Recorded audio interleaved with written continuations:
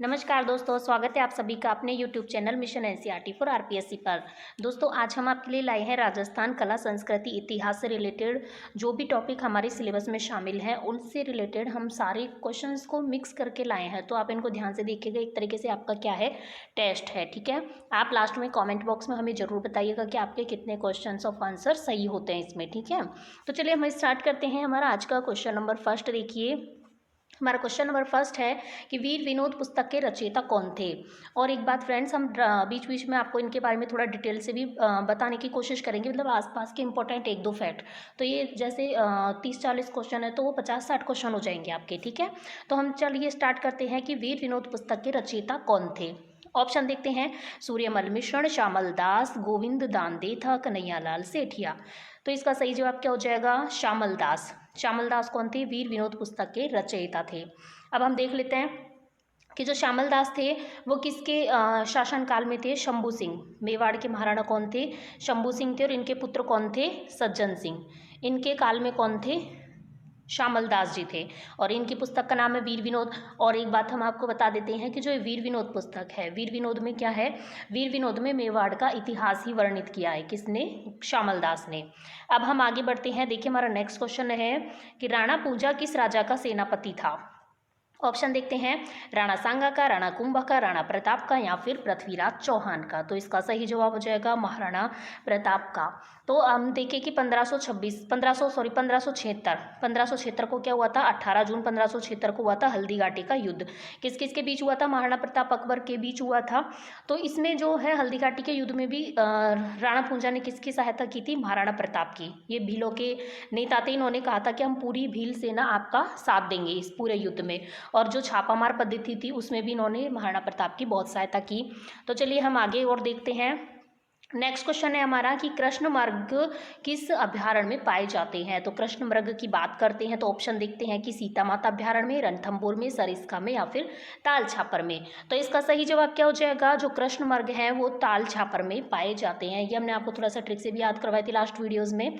तो चलिए हम बात कर लेते हैं थोड़ा सा ताल छापर की। ताल छापर कहाँ पर है फ्रेंड्स, चूरू में है। और ये किसके लिए प्रसिद्ध है, कृष्ण मृग। कृष्ण मृग मतलब काले हिरणों के लिए। और हम देख लेते हैं सीता माता। सीता माता कहाँ पर है, प्रतापगढ़ में। और ये किसके लिए फेमस है, उड़न गिलहरियों के लिए। रणथंभौर, रणथंभौर कहाँ पर, सवाई माधोपुर में। और ये किसके लिए, बाघों के लिए। और बात करें सरिस्का की, तो सरिस्का में हरे कबूतरों के लिए फेमस है। और ये कहाँ पर है, किसके लिए फेमस है, हरे कबूतरों के लिए। और ये कहाँ पर है, अलवर में। ठीक है, आपको ये सारे इफेक्ट या इसमें याद रखने होंगे। आगे बढ़ते हैं। हमारा नेक्स्ट क्वेश्चन देखिए, कांठल की गंगा और कामधेनु के नाम से प्रसिद्ध नदियों के लिए सही सुमेलित युग्म कौन सा है। ऑप्शन देखते हैं, बनास और काली सिंध, लूणी और परवन, जोजरी और बाणगंगा, माही और चंबल। तो इसका सही जवाब हो जाएगा माही और चंबल। तो कांठल की गंगा के नाम से तो किसे जाना जाता है, माही को।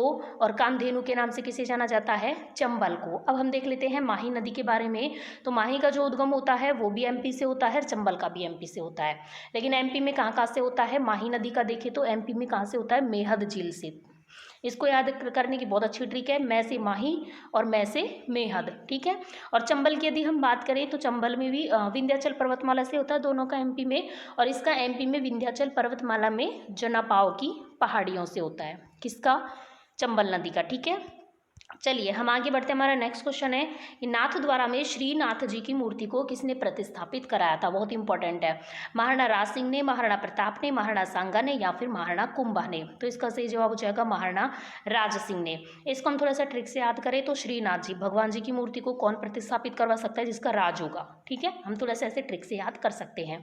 अब हम देख लेते हैं थोड़े से राज संबंध के बारे में, जो कि बहुत ही इंपॉर्टेंट हैं। इनसे रिलेटेड बहुत सारे क्वेश्चन एग्जाम्स में पूछे जाते हैं। हम कुछ क्वेश्चन आपको इसमें बताने की कोशिश करेंगे। तो देखिए, राज सिंह का सबसे पहले आता है, राजसमंद झील का निर्माण करवाया। राजसमंद झील का किसने निर्माण करवाया था, राज सिंह ने करवाया था। आगे हम देख लेते हैं, इन्होंने ही राज प्रशस्ति उत्कीर्ण करवाई थी। किसने करवाई थी, राज प्रशस्ति उत्कीर्ण इन्होंने ही करवाई थी। किस भाषा में, संस्कृत भाषा में।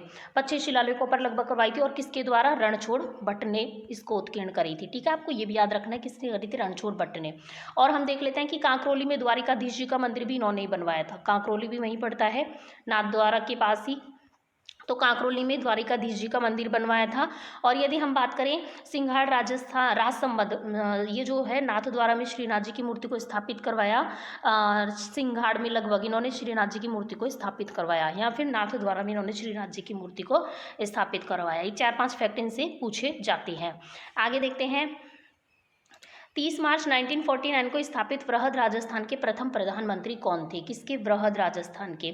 ऑप्शन देखते हैं। लाल बहादुर शास्त्री, गोकुल भाई भट्ट, हीरालाल शास्त्री, मथुरा दास माथुर। तो इसका सही जवाब क्या हो जाएगा? हीरालाल शास्त्री वृहद राजस्थान के कौन थे? प्रधानमंत्री। ठीक है, देखिए वृहद, इसको भी थोड़ा सा ट्रिक से याद करते हैं। वृहद मतलब होता है बड़ा, जो बड़ा होगा उसका कौन होगा? जिसके पास हीरा होगा। ठीक है, तो हम इस तरह थोड़ा सा ट्रिक से याद करते हैं। अब हम बात कर लेते हैं 30 मार्च 1949, इसको किसका गठन हुआ? वृहद राजस्थान का। हम बात करें वृहद राजस्थान, वृहद है इसलिए इसमें बड़े बड़े चीजें शामिल होंगी। तो इसमें क्या क्या शामिल हुआ? ट्रिपल जे और बी। ये थोड़ा सा ट्रिक होती है इसकी।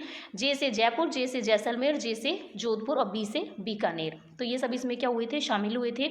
और हम बात करें कि इसका राज प्रमुख किसे बनाया गया? जयपुर के महाराजा सेकंड को बनाया गया। और महाराज प्रमुख की बात करें तो महाराणा भूपाल सिंह को इसमें बनाया गया।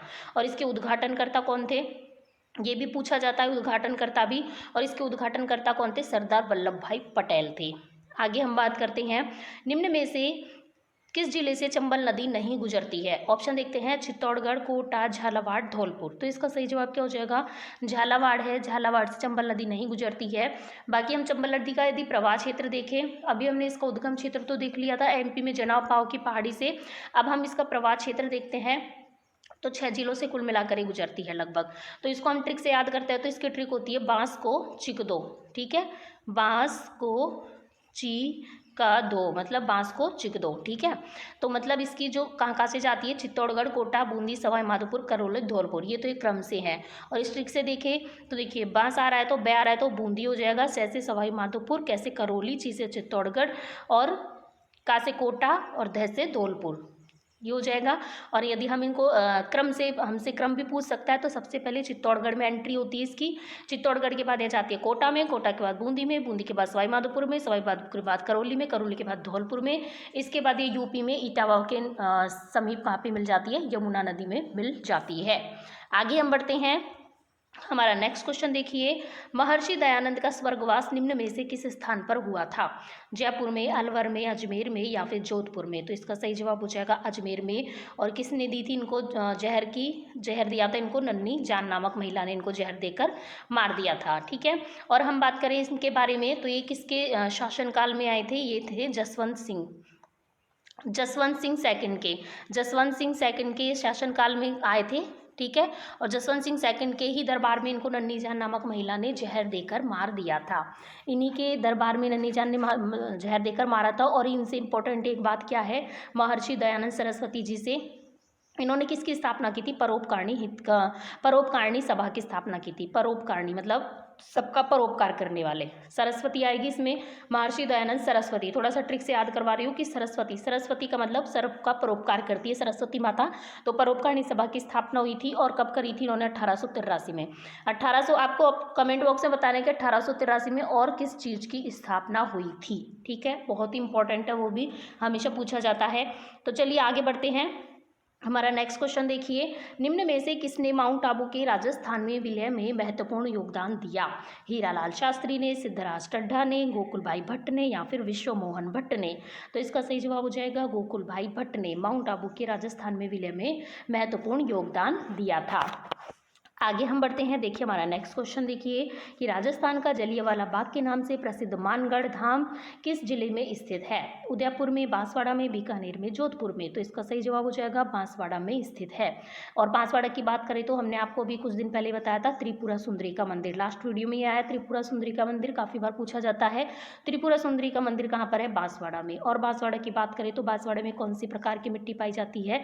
बांसवाड़ा में पाई जाती है मिश्रित लाल काली मिट्टी। ठीक है, मिश्रित लाल काली मिट्टी इसमें लगभग पाई जाती है। और यदि हम बात करें कौन कौन सी फसलें यहाँ पर होती हैं तो इस मिट्टी में लगभग कपास प्लस मक्का, कपास और मक्का की खेती में की जाती है। और वनों की बात करें तो हमने बात करी थी कि जो सागवान के वन है वो साउथ में सबसे ज़्यादा बांसवाड़ा में, डूंगरपुर में, उदयपुर में ही पाए जाते हैं। तो आपको ये भी याद रखना है, सारे इंपॉर्टेंट फैक्ट एक दूसरे से रिलेटेड है तो याद रखिएगा। आगे बढ़ते हैं। दक्षिणी राजस्थान की जनजातियों में बड़ालिया का क्या अर्थ है? दो पक्षों के मध्य विवाह के संबंध में मध्यस्थता करने वाला, भोपाजी से आशीर्वाद लेने की प्रथा, विवाह के अवसर पर पहना जाने वाला आभूषण, पुत्र जन्म के अवसर पर मनाया जाने वाला उत्सव। तो इसका सही जवाब हो जाएगा दो पक्षों के मध्य विवाह संबंध में मध्यस्थता करने वाला, ये होता है बड़ालिया का अर्थ। ठीक है, आगे बढ़ते हैं।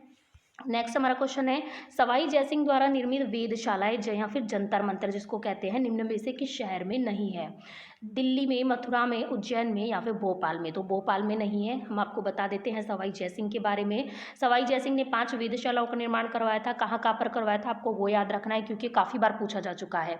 कहाँ कहाँ पर करवाया था? जयपुर में करवाया था, दूसरा दिल्ली में करवाया था, एक करवाया था उज्जैन में, एक करवाया था बनारस में और एक करवाया था कहाँ पर? मथुरा में। ठीक है, आपको ये पांचों ही याद रखने हैं। पूछा जाता है कौन सा है कौन सा नहीं है, हमेशा कुछ ना कुछ इसमें से आता है। और बात करें हम सवाई जयसिंह के बारे में, ठीक है, तो चलिए हम पहले इसको क्लियर कर देते हैं। सवाई जयसिंह के बारे में देखिए, सवाई जयसिंह के बारे में और फैक्ट की बात करें तो उन्होंने जयपुर शहर बसाया था 1727 में। कब बसाया? 1727 में बसाया। और हम इस सवाई जयसिंह के बारे में बात करें तो 17 जुलाई 1734 को क्या हुआ था? हुरडा सम्मेलन। तो हुरडा सम्मेलन में जयपुर से कौन शामिल हुआ था? सवाई जयसिंह शामिल हुए थे। ठीक है, और हम बात कर रहे हैं हुरडा सम्मेलन में भाग लेने वाले कौन थे? सवाई जयसिंह थे। ठीक है, इस तरीके से आपको केवल राम इनके दरबारी विद्वान थे। इस तरीके से इंपॉर्टेंट फैक्ट इसको आपके याद रखने हैं। आगे हम बढ़ते हैं। निम्न में से कौन टोंक मुस्लिम रियासत का संस्थापक था? अमीर खां पिंडारी, गुबाल खां कायम खानी, नवाब मोहम्मद शाह या फिर हसन खां मेवाती? तो इसका सही जवाब हो जाएगा हसन खां मेवाती टोंक मुस्लिम रियासत का कौन था? संस्थापक था। ये भी पूछा जाता है। आगे देखते हैं, निम्न में से किस शास्त्रीय नृत्य की उत्पत्ति का संबंध राजस्थान से है? कथकली का, कुचिपुड़ी का, कथक का या फिर भरतनाट्यम का? तो इसका सही जवाब हो जाएगा कथक का। इसके लिए फेमस है जयपुर घराना। आगे बढ़ते हैं। भील करासिया जनजाति में दापा का क्या अर्थ होता है? कन्या पक्ष द्वारा वर पक्ष से कन्या के बदले में धनराशि लेना, वर पक्ष द्वारा कन्या से भोज व धनराशि लेना, दोनों पक्षों द्वारा मिलकर विवाह का खर्च वहन करना, कन्या पक्ष द्वारा पुत्र जन्म पर आयोजित होने वाला उत्सव का खर्च वहन करना। तो इसका सही जवाब क्या हो जाएगा? कन्या पक्ष द्वारा वर पक्ष से कन्या के बदले में धनराशि लेना। आगे बढ़ते हैं। नेक्स्ट हमारा क्वेश्चन है कि राजपूताना नाम का प्रयोग सर्वप्रथम कब व किसने किया था? ऑप्शन देखते हैं। 1800 ईस्वी में जॉर्ज थॉमस ने, 1890 में विलियम बेंटले ने, 1922 में सर जॉन ने या फिर 1902 में लॉर्ड कर्जन ने? तो इसका सही जवाब हो जाएगा जॉर्ज थॉमस ने किया था राजपूताना का। और यदि हमसे पूछा जाए राजस्थान का किसने किया था, वो किया था कर्नल जेम्स टॉड ने। इन दोनों में मोस्टली कंफ्यूज हो जाते हैं। ठीक है, तो राजपूताना को तो किया था जॉर्ज थॉमस ने, और यदि हम बात करें जॉर्ज थॉमस ने किया था राजस्थान का किया था कर्नल जेम्स टॉड ने। ठीक है, आगे देखिए, आगे हम बढ़ते हैं कि निम्न में से कौन सा युग्म सही नहीं है? नहीं पूछ रहा है हमसे। ऑप्शन देखते हैं। सज्जनगढ़ उदयपुर में है, नाहरगढ़ अजमेर में है, मेहरानगढ़ जोधपुर में है, लोहागढ़ भरतपुर में है? तो सही जवाब हो जाएगा नाहरगढ़। ये तो कहाँ पर है? अजमेर में नहीं है। कहाँ पर है? ये जयपुर में है। आपको याद रखना है, सज्जनगढ़ उदयपुर में सही है, मेहरानगढ़ जोधपुर में ही है, लोहागढ़ भरतपुर में ही है। आगे बढ़ते हैं। नेक्स्ट हमारा क्वेश्चन है कि राजस्थान में शीतकाल में होने वाली वर्षा मावठ किन कारणों से होती है? दक्षिण पश्चिम मानसूनी हवाओं के कारण होती है, पश्चिमी विक्षोभ के कारण होती है, पछुआ हवाओं के कारण होती है, हिमालय से टकराकर वापस लौटती मानसूनी हवाओं के कारण होती है? तो इसका सही जवाब क्या हो जाएगा? बिल्कुल ये पश्चिमी विक्षोभ के कारण होती है। आगे देखते हैं। हमारा नेक्स्ट क्वेश्चन देखिए, उदयनाथ पर्वत राजस्थान के किस जिले में स्थित है? ऑप्शन देखते हैं। जयपुर, अजमेर, अलवर या फिर सीकर? तो इसका सही जवाब हो जाएगा अलवर में है उदयनाथ पर्वत। और उदयनाथ पर्वत से कौन सी नदी का उद्गम होता है? उदयनाथ पर्वत से होता है रूपारेल नदी का उद्गम होता है। ठीक है, और रूपारेल नदी कैसी नदी है? आंतरिक प्रवाह की नदी है। आगे हम बढ़ते हैं। हमारा नेक्स्ट क्वेश्चन देखिए, बातारी फुलवारी बहुत इंपॉर्टेंट है। बातारी फुलवारी नामक ग्रंथ के रचयिता कौन है? ऑप्शन देखते हैं। विजयदान देथा, विजय सिंह पथिक, माणिकलाल वर्मा, शिवचंद भरतिया? तो इसका सही जवाब हो जाएगा विजयदान देथा है जो बातारी फुलवारी के कौन है? रचयिता हैं। और यदि हम बात करें विजयदान देथा से, एक दो इंपॉर्टेंट इनकी रचनाएं और देख लेते हैं। एक तो है विजयदान देथा की बातारी फुलवारी, मोस्टली यही पूछी जाती है। और दूसरे नंबर पर जो पूछी जाती है वो है चौधराइन की चतुराइन। चौधराइन की चतुराई ये भी पूछी जाती है। और तीसरी है दुविधा। दुविधा किस वजह से पूछी जाती है? क्योंकि दुविधा के ऊपर पहेली नाम की मूवी बनाई गई थी। दुविधा नाम की मूवी भी थी, पहेली नाम की भी। लेकिन पूछा ये जाता है कि कौन सी रचना पर पहेली नाम की मूवी बनाई थी, तो वो है दुविधा। एक है दुविधा के जैसी ही उलझन, आप इनको थोड़े से याद रख सकते हैं। दुविधा उलझन एक जैसी सी लगता है तो ऐसे आपको याद रह जाएंगी। और एक है परिणीति, परिणीति पे तो परिणीति बनी थी। आगे हम देखते हैं, हम आपको थोड़ा सा ट्रिक से भी याद करा दें इसको, विजयदान देता। तो देखिए, किसी से हम बातें करते हैं, बात आ रही फुलवारी को कैसे याद करेंगे, किसी से हम बातें करते हैं तो किसी मतलब किसी भी चीज़ में विजयदान देता, मतलब विजय होने के लिए क्या जरूरी है कि हमें बातें करने की फुलवारी, मतलब बातों में प्रवीण होना चाहिए, कम्युनिकेशन में, मतलब बातों करने में, बातें करने में क्या होना चाहिए, एकदम फूल वाली बातें करनी चाहिए, तो हम क्या होंगे, विजयी होंगे। एक ट्रिक तो ये हो गई। और चौधराइन की चतुराई की यदि हम बात करें तो विजय होने के लिए क्या चाहिए, चौधराइन की तरह चतुराई होनी चाहिए हमारे अंदर, क्या होनी चाहिए, चतुराई होनी चाहिए। इस तरीके से हम थोड़ा सा इनको तिगड़म बिड़ा के याद कर सकते हैं। आगे बात करते हैं, मौताना प्रथा के संबंध में निम्न में से कौन सा सही है। ऑप्शन देखते हैं, किसी व्यक्ति की संदिग्ध मृत्यु होने पर मृत्यु स्थान के स्वामी से हर्जाना वसूलना, या फिर किसी व्यक्ति की मृत्यु के बदले दूसरे को मौत के घाट उतारना, या फिर किसी व्यक्ति की मृत्यु होने पर उसके पुनर्जीवित होने की मान्यता, या फिर किसी व्यक्ति की मृत्यु होने पर किया जाने वाला शोक कार्यक्रम। तो इसका सही जवाब हो जाएगा, मौताना प्रथा जो होती है वो होता है किसी व्यक्ति की संदिग्ध मृत्यु होने पर मृत्यु स्थान के स्वामी से हर्जाना वसूलना ही मौताना प्रथा है। नेक्स्ट देख लिए, अरावली पर्वत श्रृंखला की दूसरी सबसे ऊंची चोटी कौन सी है, कुंभलगढ़, नाग पहाड़, शेर या फिर अचलगढ़। तो इसका सही जवाब हो जाएगा शेर। ये तो आपको अब तक याद हो जाने चाहिए, ये अभी सेकंड ग्रेड के एग्जामों में बार बार पूछा जा रहा है क्वेश्चन। अब देखते हैं, हम आपको नेक्स्ट वीडियो में सेकंड ग्रेड के जो ये इतिहास, राजस्थान के इतिहास, कला, संस्कृति से रिलेटेड कुछ क्वेश्चन जो है वो हम आपको सॉल्व करवाएंगे कि इनको कैसे सॉल्व करते हैं, और मतलब ये हमारे पढ़ाए हुए उसमें से ही आ गए टॉपिक में से, ठीक है। अब हम आपको शेर के बारे में, इनके बारे में थोड़ा सा बता देते हैं कि दो चार आप कैसे याद रखें। आपको ट्रिक भी सबको पता होगी, लेकिन एक बार हम फिर से रिवाइज कर देते हैं। ट्रिक क्या होती है इसकी, गुरु से दिल लगाकर जरा आशा को धरो, ठीक है, गुरु से दिल लगाकर जरा आशा को धरो। तो गुरु से गुरु शिखर है ना, और से शेर जो कि हमसे दूसरे नंबर की पूछी है, और दी से दिल से क्या हो जाएगी, दिलवाड़ा हो जाएगी, देलवाड़ा, और जय से जरगा हो जाएगी, जरा में जय, जरगा से जरा से जरगा हो जाएगी, आशा से अचलगढ़ हो जाएगी, को से कुंभलगढ़, ध से धोनिया और रो से रघुनाथगढ़। इस तरीके से हम थोड़ा ट्रिक से याद रखते हैं तो हमको आसानी से याद रहती हैं। अब हम देख लेते हैं कि जयपुर शहर को गुलाबी रंग किस राजा के द्वारा दिया गया। ऑप्शन देखते हैं, प्रताप सिंह के द्वारा, राम सिंह द्वितीय के द्वारा, सवाई जय सिंह के द्वारा या फिर ईश्वर सिंह के द्वारा। तो इसका सही जवाब हो जाएगा राम सिंह द्वितीय के द्वारा गुलाबी रंग दिया गया, ठीक है।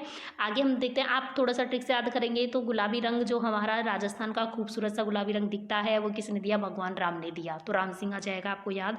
आगे हम देखते हैं प्रताप सिंह, प्रताप सिंह से हमें क्या याद आना चाहिए, हवा महल, ठीक है। हवा महल का निर्माण करवाया था इन्होंने, कब करवाया था, 1799 में, ठीक है।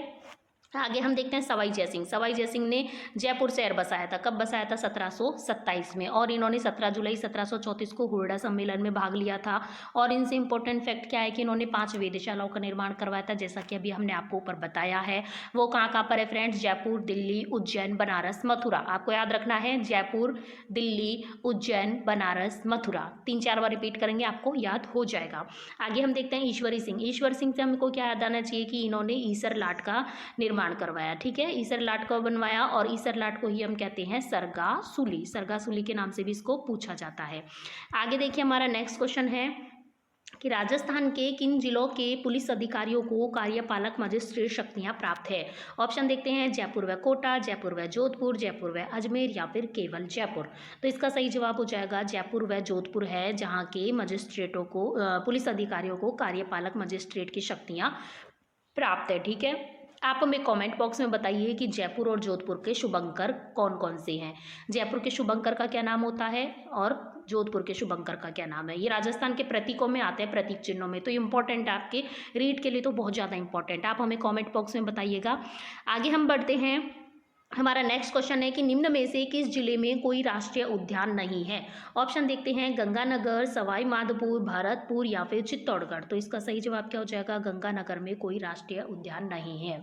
सवाई माधोपुर, रणथंभौर, सवाई माधोपुर, भरतपुर व चित्तौड़गढ़, इन तीनों में क्या है, राष्ट्रीय उद्यान है, बाकी गंगानगर में कोई राष्ट्रीय उद्यान नहीं है।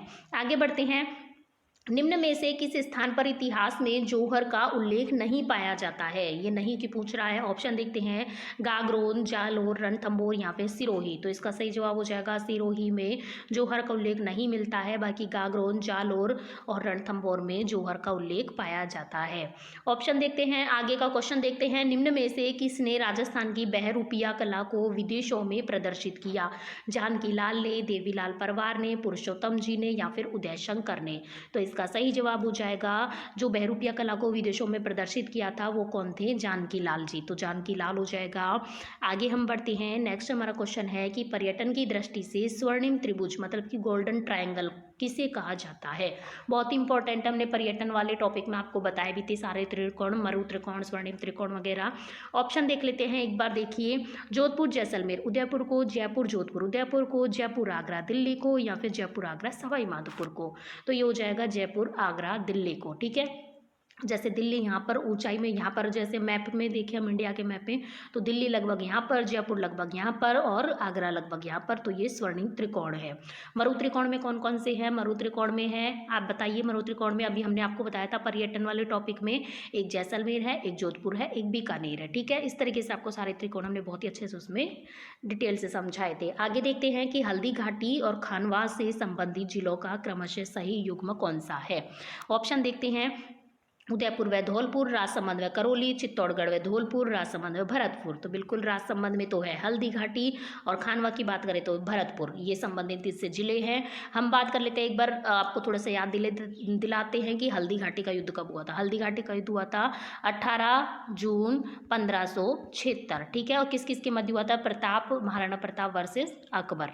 और हम बात करते हैं खानवा का युद्ध। खानवा का युद्ध कब हुआ था? ये भी इंपॉर्टेंट है, ये हुआ था 17 मार्च 1527 को। ये किस किस के मध्य हुआ था? राणा सांगा वर्सेस बाबर, मतलब राणा सांगा और बाबर के मध्य हुआ था, जिसमें राणा सांगा विजयी हुए थे।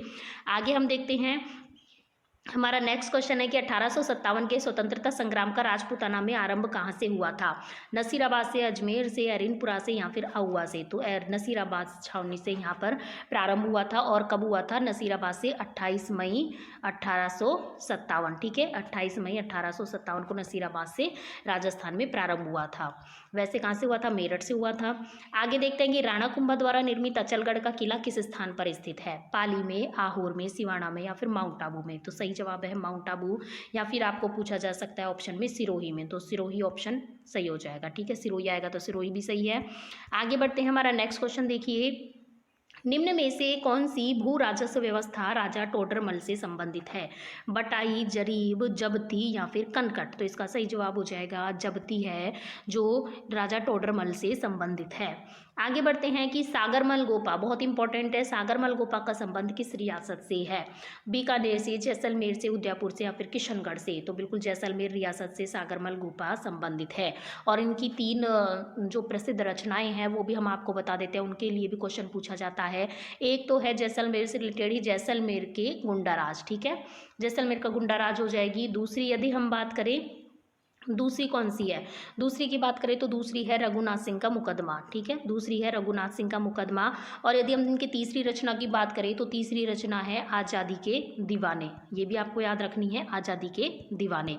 आगे हम बढ़ते हैं, हमारा नेक्स्ट क्वेश्चन देखिए कि मकराना में मिलने वाला विश्व प्रसिद्ध संगमरमर की जो किस्म है वो कौन सी है? मकराना में जो संगमरमर मिलता है उसकी जो विश्व प्रसिद्ध किस्म है वो कौन सी है? कैल्साइट, डोलोमाइट, सिलीसियम या फिर मार्बोनाइट? तो इसका सही जवाब हो जाएगा कैल्साइट। आगे हम बढ़ते हैं, निम्न में से किस राजा को अभिनव भट्टाचार्य या फिर भट्टाचार्य, हिंदू सुल्तान, छाप गुरु, राय गुरु, दान गुरु आदि की उपाधियों से जाना जाता है? ऑप्शन देखते हैं, राणा सांगा, राणा रतन सिंह, राणा कुंभा या फिर महाराणा प्रताप? तो इसका सही जवाब हो जाएगा राणा कुंभा। और राणा कुंभा को क्या कहा जाता है? राजस्थान स्थापत्य कला का जनक कहा जाता है। ठीक है, स्थापत्य कला का जनक किसे माना जाता है? राणा कुंभा को। इन्होंने सबसे ज़्यादा दुर्गों का निर्माण करवाया था। आगे हम बढ़ते हैं, सीताबाड़ी में किस जनजाति से संबंधित मेला लगता है? सीताबाड़ी कहाँ है फ्रेंड्स? बारा में है। ऑप्शन देखते हैं, ग्रासिया, भीलमेड़ा, सहरिया या फिर कालबेलिया। तो इसका सही जवाब हो जाएगा सहरिया। ये हमने आपको बहुत ही अच्छे से याद करवाए थे, क्योंकि कक्षा 8 में एज इट इज़ लाइन दी हुई है कि सीताबाड़ी बारा में तो इसका मेला बढ़ता है, ठीक है। और सहरिया जनजाति सर्वाधिक कहाँ पाई जाती है? सहरिया जनजाति सर्वाधिक बारा में ही पाई जाती है। और बारा में भी कहाँ पाई जाती है? बारा की शाहाबाद व किशनगंज, ठीक है। बारा की शाहाबाद व किशनगंज तहसीलों में ये सर्वाधिक पाई जाती है, आपको याद रखना है। और शहरी जनजाति इसलिए बहुत इंपॉर्टेंट है क्योंकि कक्षा 8 में एज इट इज़ लाइन लिखी हुई है। और सीताबाड़ी में इसका क्या भरता है? मेला भरता है। सीताबाड़ी भी कहाँ पर है? बारा में है, ठीक है। अब हम देख लेते हैं कि निम्न में से किस स्थान पर राजस्थान में सबसे प्राचीन सभ्यता के अवशेष पाए गए हैं। ऑप्शन देखते हैं, तिलवाड़ा में, बालोतरा में, आहोर में या फिर कालीबंगा में। तो इसका सही जवाब हो जाएगा कालीबंगा में सबसे प्राचीन सभ्यता के अवशेष पाए गए हैं। अब हम बात कर लेते हैं कालीबंगा के बारे में। यदि हम कालीबंगा के बारे में बात करें तो इसकी खोज किसने करी थी? खोज करी थी फ्रेंड्स अमलानंद घोष ने, ठीक है। आपको याद रखना है, अमलानंद घोष ने इसकी खोज करी थी। और यदि हम बात करें कि इसकी जो खुदाई किसके नेतृत्व में हुई थी, वो हुई थी बीबी लाल और बी के थापर के नेतृत्व में हुई थी। ये भी पूछा जाता है। कब हुई थी? 1961-62 में लगभग इन्होंने इसकी खुदाई करवाई थी। हम इसमें साक्ष्य की बात करें कि इसमें किस चीज़ के साक्ष्य मिले हैं, वो भी बहुत इंपॉर्टेंट है। जुते हुए खेत के प्रमाण, लकड़ी की नाली और अग्नि वेदिकाएं। आपको ये 3 चीज़ें तो बहुत ज़रूरी से याद रखनी है। 3 चीज़ों जरूर पूछी जाती हैं। जुते हुए खेत के प्रमाण कहाँ से मिले हैं? कालीबंगा से। लकड़ी की नाली के साक्ष्य कहाँ से मिले हैं? कालीबंगा से। अग्नि वेदिकाएं कहाँ से मिली हैं? कालीबंगा से, ठीक है। और ये कहाँ पर? हनुमानगढ़ में इसकी खोज की गई है। आगे हम बात करते हैं, हमारा नेक्स्ट क्वेश्चन, रॉक फॉस्फेट की खान कहाँ पर स्थित है? दरीबा, अगूचा, नाथों की पाल व जावर या फिर झामर कोटड़ा। तो इसका सही जवाब क्या हो जाएगा? नाथों की पाल व जावर। और ये कहाँ पर है फ्रेंड्स? उदयपुर में, ठीक है। और रॉक फॉस्फेट की खान यहाँ पर पाई गई है। आगे हम बढ़ते हैं, हमारा नेक्स्ट क्वेश्चन देखिए कि राजस्थान का खजुराहो किसे कहा जाता है? बहुत इंपॉर्टेंट है, हमने आपको पहले भी बताया है। हर्ष मंदिर सीकर को, शिव मंदिर बारडोली को, शिव मंदिर भंडदेवरा को या फिर किराड़ू मंदिर बाड़मेर को। तो इसका सही जवाब हो जाएगा किराड़ू मंदिर बाड़मेर को क्या कहा जाता है? राजस्थान का खजुराहो कहा जाता है, किराड़ू मंदिर बाड़मेर को, ठीक है। याद रखिएगा, बाड़मेर का जो शुभंकर है कौन है? मरु लोमड़ी को बाड़मेर का शुभंकर माना जाता है। इस तरीके से आपको साथ में शुभंकर भी याद करने हैं। आगे हम देखते हैं, हमने उसकी ट्रिक से बहुत अच्छे से आपको याद भी करवा रखा है। आगे देखते हैं कि अरबी फारसी शोध संस्थान कहाँ स्थित है? जयपुर में, टोंक में, बीकानेर में या फिर कोटा में। तो अरबी फारसी शोध संस्थान कहाँ पर है? टोंक में है। और टोंक या बीकानगर में और क्या है, आप हमें कमेंट बॉक्स में बताइएगा। आगे हम बढ़ते हैं, हमारा नेक्स्ट क्वेश्चन देखिए, सोनार किला या फिर गोल्डन फोर्ट किसे कहा जाता है? जैसलमेर दुर्ग को, भटनेर दुर्ग को, तारागढ़ दुर्ग को या फिर सिवाना दुर्ग को। तो इसका सही जवाब हो जाएगा जैसलमेर का दुर्ग है उसको क्या कहा जाता है? सोनार किला या फिर गोल्डन फोर्ट कहा जाता है, ठीक है। आप याद रखिएगा, जैसलमेर से रिलेटेड कौन है? सागरमल गोपा, जैसलमेर के कुंडाराज, उन्होंने पुस्तक लिखी थी, ठीक है। आगे देख लेते हैं आज के हमारे, चलिए आज के तो हमारे यहीं पे क्वेश्चन क्या होते हैं फ्रेंड्स, कंप्लीट होते हैं। आगे हम आपके लिए लाएंगे नेक्स्ट वीडियोस में सेकंड ग्रेड से रिलेटेड जो भी 15-20 जो भी इतिहास, राजस्थान की इतिहास, कला, संस्कृति से रिलेटेड जो क्वेश्चन है जो कि किस तारीख वाले पेपर में आए हैं, वो हम इस पेपर में आगे वीडियो में हम इंक्लूड करेंगे। आप उनको अच्छे से देखिएगा किस तरीके के क्वेश्चन कौन से टॉपिक में से पूछे जाते हैं, ठीक है। तो आज की वीडियो तो हमारी यही समाप्त होती है। आप हमें कमेंट बॉक्स में बताइएगा कि आपके कितने क्वेश्चन इसमें से सही होते हैं, ठीक है। और हमने जो भी क्वेश्चन पूछे उनके जवाब कमेंट बॉक्स से जरूर दीजिएगा। और यदि आपको हमारा ये वीडियो और चैनल पसंद आता है तो वीडियो को लाइक कीजिएगा, चैनल को सब्सक्राइब कीजिएगा, ज़्यादा से ज़्यादा लोगों को शेयर कीजिएगा। धन्यवाद, मिलते हैं नेक्स्ट वीडियो में नेक्स्ट क्वेश्चन के साथ।